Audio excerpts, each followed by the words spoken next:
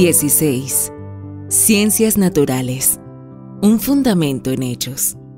En lo que concierne a la enseñanza de las ciencias naturales o filosofía natural en el original, solo recordaré al lector lo que se dijo en un capítulo anterior. La parte más importante de la educación de un niño consiste en que él mismo, a través de la observación propia que él haga, establezca un amplio fundamento de datos que enriquezcan el conocimiento científico del futuro. Por esto, cada día él debiera pasar horas al aire libre y, en la medida de lo posible, en el campo, mirando, tocando y escuchando, tener la capacidad de observar conscientemente cada peculiaridad de hábito o estructura en las bestias, los pájaros o los insectos, cómo crece y fructifica cada planta. Debe estar acostumbrado a preguntar, ¿por qué? ¿Por qué sopla el viento? ¿Por qué fluye el río? ¿Por qué es pegajoso el brote de una hoja? No se apresure usted a responder sus preguntas, sino déjelo que piense en las dificultades que encuentra hasta donde lo lleve su pequeña experiencia. Sobre todo cuando usted venga a su rescate, que no sea en la típica fórmula, directo al meollo, como lo haría un libro de texto sin valor, sino dele toda la información disponible y descubrirá que en muchas cuestiones científicas, el niño puede llegar de inmediato al nivel del pensamiento moderno. No lo avergüence dándole demasiada nomenclatura científica. Si él descubre por sí mismo, ayudado, quizás, por una o dos preguntas guías, al comparar una ostra con su gato, que algunos animales tienen columna vertebral y otros no, es de menor importancia que aprenda los términos vertebrado e invertebrado en relación con que pueda clasificar, en función de esta diferencia, los animales que conoce. Ojos y sin ojos. El método de este tipo de instrucción se ha ilustrado en Evenings at Home, revista creada por John Aiken, hermano de la escritora Anna Barbauld, en la cual se cuenta que Ojos y sin ojos salen a caminar. Historia original disponible en línea. Sin ojos vuelve a casa aburrido. No ha visto nada, no le ha interesado nada. Por el contrario, Ojos está ansioso por conversar sobre un centenar de cosas que ha encontrado interesantes. Tal como ya lo he señalado, está en la naturaleza del niño obtener este tipo de instrucción por sí mismo. La tarea de los padres es brindarle abundantes y variadas oportunidades y dirigir sus observaciones de modo que, conociendo poco de los principios de la clasificación científica, está inconscientemente apropiándose de los materiales para tal clasificación. Es innecesario repetir lo que ya se ha dicho sobre este tema, pero de hecho, el futuro del hombre o de la mujer depende en gran medida del acervo de conocimiento real acumulado y de los hábitos de observación inteligente adquiridos por el niño. Herbert Spencer pregunta, ¿usted cree que la roca redondeada marcada de rayas paralelas evoca tanta poesía en una mente ignorante como en la mente del geólogo que sabe que sobre esta roca se deslizó un glaciar hace 1.000.000 de años? La verdad es que aquellos que nunca han emprendido un camino científico están ciegos a la mayor parte de la poesía que los rodea. Quien en su juventud no recolectó plantas e insectos, no conoce ni la mitad del halo de interés que pueden llegar a poseer los caminos y los vallados. Principios. A este respecto, me gustaría recomendar The Sciences, de Edward Holden, un libro escolar de mi preferencia y por el cual Estados Unidos sienta precedente. The Sciences, las ciencias, es un título imponente, pero desde la era de Scientific Dialogues, diálogos científicos, de Jeremiah Joyce, no me he encontrado con nada similar que tenga un acercamiento tan apropiado a la mente sensible e inteligente de un niño. The Science es lo que podemos llamar un libro de primera mano. El conocimiento se ha adquirido, por supuesto, en su totalidad, pero luego se ha asimilado y el señor Holden escribe libremente a partir de su propio conocimiento, tanto del tema en cuestión como de sus lectores. La obra adopta la forma de las conversaciones entre niños conversaciones sencillas sin relleno. Se tratan unos 300 temas, como las dunas de arena, los glaciares, la ciudad de Herculano, los arrastres, los huracanes, los ecos, el prisma, la campana de inmersión en buceo, la Vía Láctea, entre muchísimos otros por mencionar. Pero la asombrosa habilidad del autor se demuestra en el hecho de que no hay nada rudimentario ni apresurado al abordar ningún tema, sino que cada uno se acomoda natural y fácilmente a un principio que se demuestra. Se incluyen muchos experimentos sencillos que el autor insiste en que realicen los propios niños. Me atrevo a citar del singularmente sabio prefacio una especie de manual para los maestros. El objetivo del presente volumen es presentar capítulos para la lectura en la escuela o en el hogar que ampliarán considerablemente la perspectiva de los escolares estadounidenses en el dominio de la ciencia y de las aplicaciones de la ciencia a las artes y a la vida diaria. En ningún sentido es un libro de texto, aunque en él se establezcan los principios fundamentales que subyacen a las ciencias abordadas. Por el contrario, su principal objetivo es ayudar al niño a comprender el mundo material que lo rodea. Que los niños lo comprendan. Todos los fenómenos naturales están ordenados, se rigen por una ley, no son mágicos. Alguien los comprende.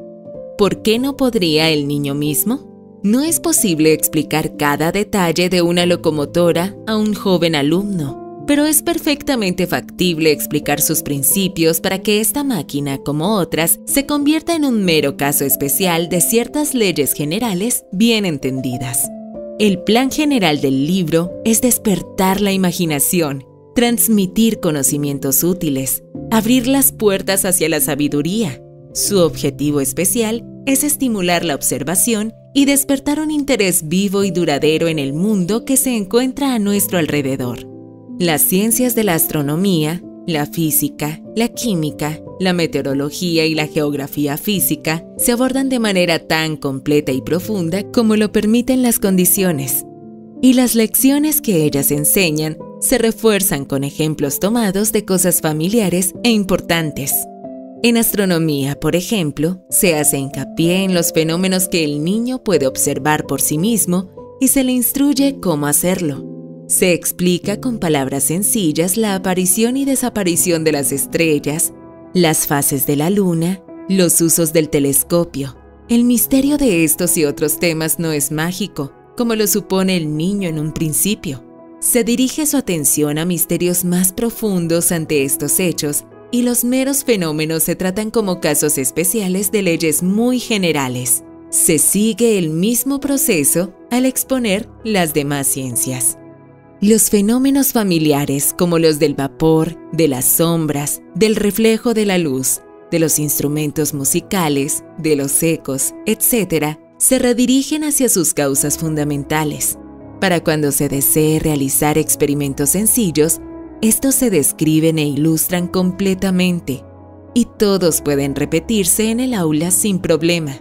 El volumen es el resultado de una creencia sincera de que se puede hacer mucho para ayudar a los niños pequeños a comprender el mundo material en que viven y del deseo de participar en un trabajo tan valioso. No puedo dejar de citar tampoco a este respecto un artículo del reverendo H. Moore en Parents Review, abril 1904, que trata sobre un pionero olvidado de la educación racional y su experimento. Este pionero fue el reverendo Richard Das, en un tiempo rector de la parroquia de Kingsumber, Hampshire, quien en 1841 resolvió el problema de la educación racional en una aldea agrícola, donde descubrió una población usualmente ignorante y degradada. Toda la historia es de gran interés, pero lo que nos concierne es la cuestión de la filosofía natural, el elemento principal de la enseñanza impartida en esta escuela. Enseñanza en una escuela rural. El señor Dawes explicó así su objetivo. Me propuse enseñar lo que sería provechoso e interesante para personas en la posición de vida a la cual probablemente los niños llegarían a estar en el futuro. Me propuse que aprendieran lo que podría llamarse la filosofía de las cosas comunes de la vida cotidiana. Se les mostró cuánto hay de interesante y qué les beneficia conocer en relación con los objetos naturales con los cuales están familiarizados. Se les explicó y se familiarizaron con los principios de una variedad de fenómenos naturales, así como los principios y la construcción de varios instrumentos de utilidad. Se le dio un giro práctico a todo. Nunca se perdieron de vista los usos y frutos de los conocimientos que iban adquiriendo. Una lista de algunos de los temas incluidos en este tipo de enseñanza será el mejor comentario sobre el plan del Sr. Dawes.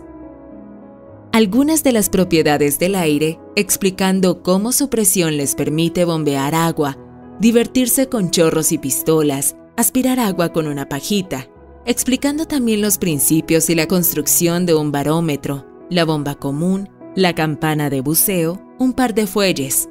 El aire se expande por el calor, lo que se demuestra colocando una vejiga medio inflada cerca del fuego, cuando desaparecen las arrugas. ¿Por qué el humo de la chimenea a veces se eleva fácilmente en el aire y a veces no? ¿Por qué hay una corriente de aire por la chimenea y debajo de la puerta hacia el fuego? El aire como vehículo de sonido. ¿Y por qué se ve el destello de un arma distante disparada antes de que se escuche la descarga? Cómo calcular la distancia de una tormenta eléctrica, la diferencia en la velocidad a la que diferentes materiales conducen el sonido, el agua y sus propiedades, su estado sólido, fluido y vaporoso. ¿Por qué las tuberías de agua se revientan con la escarcha? ¿Por qué el hielo se forma y flota en la superficie de los estanques y no en el fondo? ¿Por qué salta la tapa de la tetera cuando el agua está hirviendo en el fuego? Los usos de la energía del vapor, la evolución gradual de la máquina de vapor mostrada por modelos y diagramas, cómo se seca la ropa y por qué sienten frío cuando están sentados con ropa húmeda, por qué una cama húmeda es tan peligrosa, por qué un cuerpo flota en el agua y otro se hunde, las diferentes densidades del agua de mar y del agua dulce, por qué al entrar en la escuela en una mañana fría, a veces ven una cantidad de agua en el vidrio de la ventana. ¿Y por qué está por dentro y no por fuera? ¿Por qué en un día helado se puede ver el aliento como vapor? Las sustancias que el agua retiene en solución y cómo el agua potable se ve afectada por el tipo de suelo a través del cual ha pasado. El rocío, su valor y las condiciones necesarias para su formación, colocando porciones iguales de lana seca sobre grava, vidrio y hierba y pesándolas a la mañana siguiente. El calor y sus propiedades. ¿Cómo es que el herrero puede colocar aros de hierro tan firmemente en las ruedas de carretas y carretillas? ¿Qué precauciones deben tomarse al colocar los rieles de hierro de los ferrocarriles y al construir puentes de hierro, etcétera? ¿Qué materiales son buenos conductores del calor y cuáles son malos? ¿Por qué a la misma temperatura algunos se sienten más fríos a nuestro tacto que otros? ¿Por qué un vaso a veces se rompe cuando se vierte agua caliente en él? ¿Y si es más propenso a romperse el vidrio grueso o el delgado? ¿Por qué se puede hacer hervir agua en un vaso de papel o en una cáscara de huevo sin que se queme? Los metales, sus fuentes, propiedades y usos. Modo de separación de los minerales. La luz y sus propiedades. Luz ilustrada por prismas, etc. Adaptación del ojo, causas de la miopía y la hipermetropía. Los principios mecánicos de las herramientas más utilizadas como la pala, el arado, el hacha, la palanca, etc. Puede sorprender a algunos de quienes lean atentamente la lista previa que tales materias se hayan enseñado a niños de una escuela primaria rural. Pero es un hecho innegable que así se enseñaron en la escuela King Sunburn y con tanto éxito que los niños se interesaron y se beneficiaron de la enseñanza. El Sr. Dawes, en respuesta a la objeción de que tales temas están fuera de la comprensión de los niños, declaró: "La marca distintiva de las leyes de la naturaleza es su extrema simplicidad.